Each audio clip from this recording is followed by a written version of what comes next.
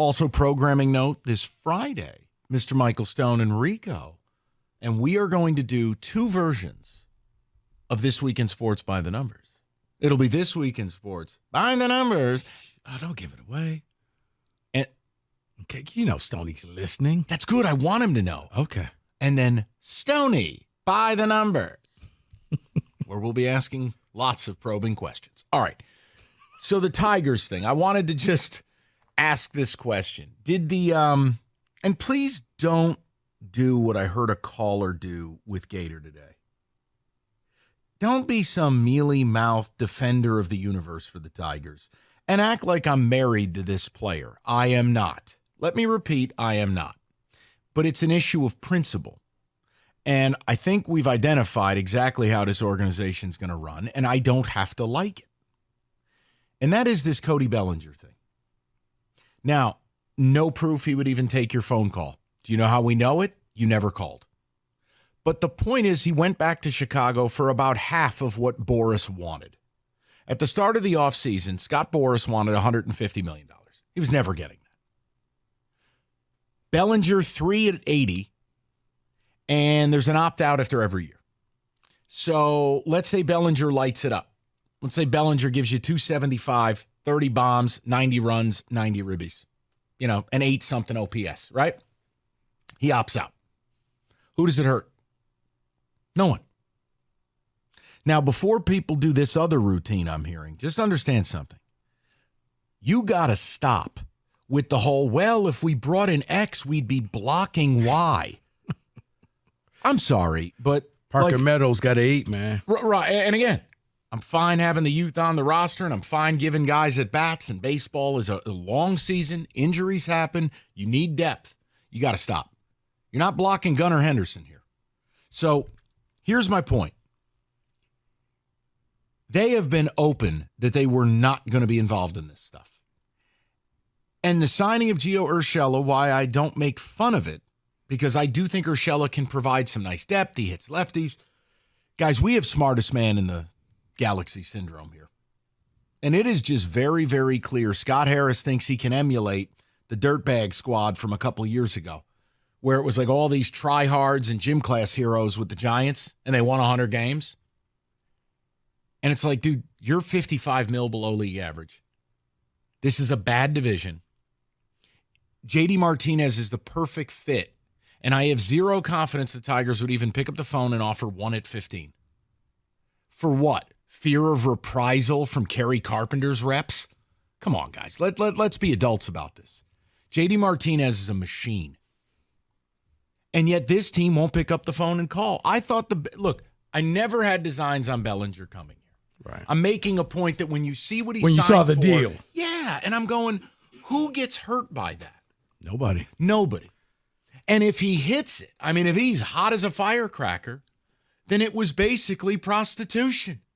He came here, got paid. So, okay. Right, Roberto? The point I'm making is I get frustrated because I feel like Scott Harris is doing smartest guy in the universe routine. So it's very frustrating. You know, they threw $14 million at Jack Flaherty, who hasn't been good in 5 years and never stays healthy.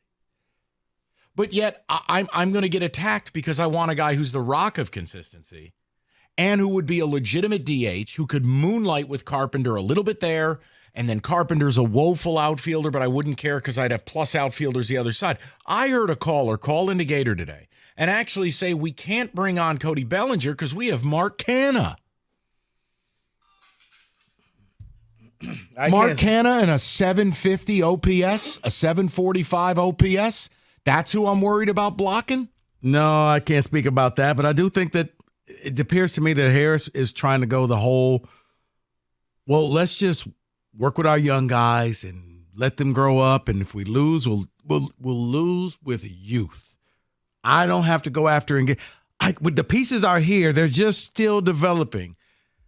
I don't agree with that because it's like, oh, well, we're gonna block this like Carpenter. Right, you're right. You find a space for him. You make it work. Right. And again, There's you always can never gonna have you can never have too much talent on a team. And there's always going to be a give back, right? No, there are any players that are perfect very rarely hit free agency, and when they do, we know what they cost. I'm not advocating that. The Martinez thing is just a no-brainer to me. His worst season in the last 5 was an injury-plagued year where he had a damn near 800 OPS. Now, again, if JD doesn't want our money, or if JD wants an outlandish 3-year deal or something, you hang up the phone. But you know what would reassure me that they're actually trying? A report. Mm-hmm. Jeff Passan saying Tigers tried. JD farted into the phone. I could live with it.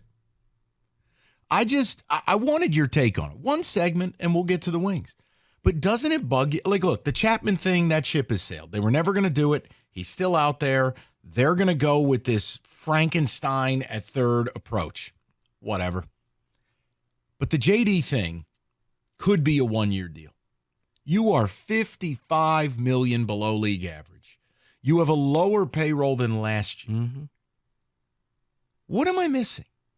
What is the harm in trying to win this division? You know, Kerry Carpenter didn't hit a home run the last 2 months of the year last year. And even if you went 2 years, $35 million with it, or an option after the first year, but you're trying, you got the money, and as you said, it's not going to cost you anything. It's going to add depth to the team. I view it that when you put a veteran around the youth, you're insulating them, you're protecting them, you're helping them. And again, if JD doesn't want your money, cool.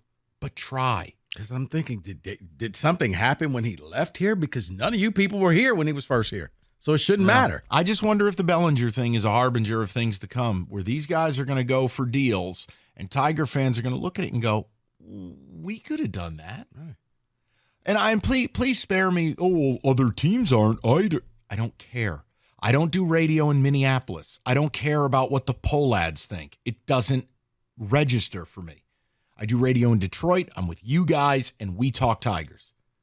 I just can't understand it. But then I think to myself, this guy thinks he's Billy Beane. This is what he's going to do. The mix and match and mine for gems, and I'm smarter than everybody. And it's like, Scott, both can be true. Yeah, you got to do something. Both things can be true. You can be really good at what you do, and you supplement, because here I am being positive again. I think you can win this division. And if you can't win the division, I think you'll be in the race until August, maybe beginning of September.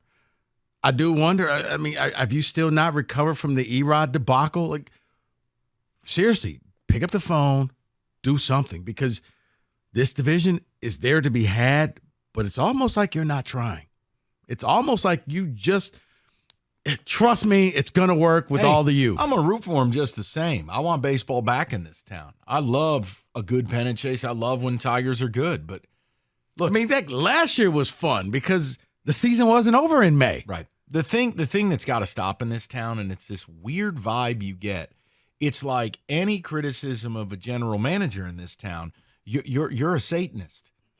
Well, hold on. What's in the trophy case of these people again? I mean, hell, I heard, I'm not even going to bring it up, but like, people need to apologize to Steve for what? Demanding he get DeBrincat? And he did, and it's working? Take a chance on Kane? Yeah, and he did, and it's working? You should apologize to Scott Harris. Why? I'm sorry, 78 games doesn't exactly get, the blood flow in the penis working. Yeah, there's no apology needed at all for anything. And it's guy got played at the trade deadline and had a nothing burger offseason. Don't forget. What? Because you're the same person that said we don't pay running backs. And I don't. I'm just saying. I don't. But you don't question the GM. No, you question the GM because it's frustrating that you don't hear a report that they at least called. And again, I'm just saying the Bellinger thing is not about him specifically. It's the contract.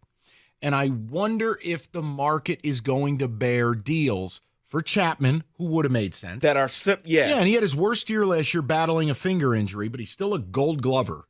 And he's still a guy that's probably going to hit between 25 and 30 bombs and give you elite defense at third. Or whether it was JD, or whether it was an arm that's out there. The point I'm making is, why should I have to sit here and genuflect for $14 million on Flaherty and a 2-year deal for Maeda?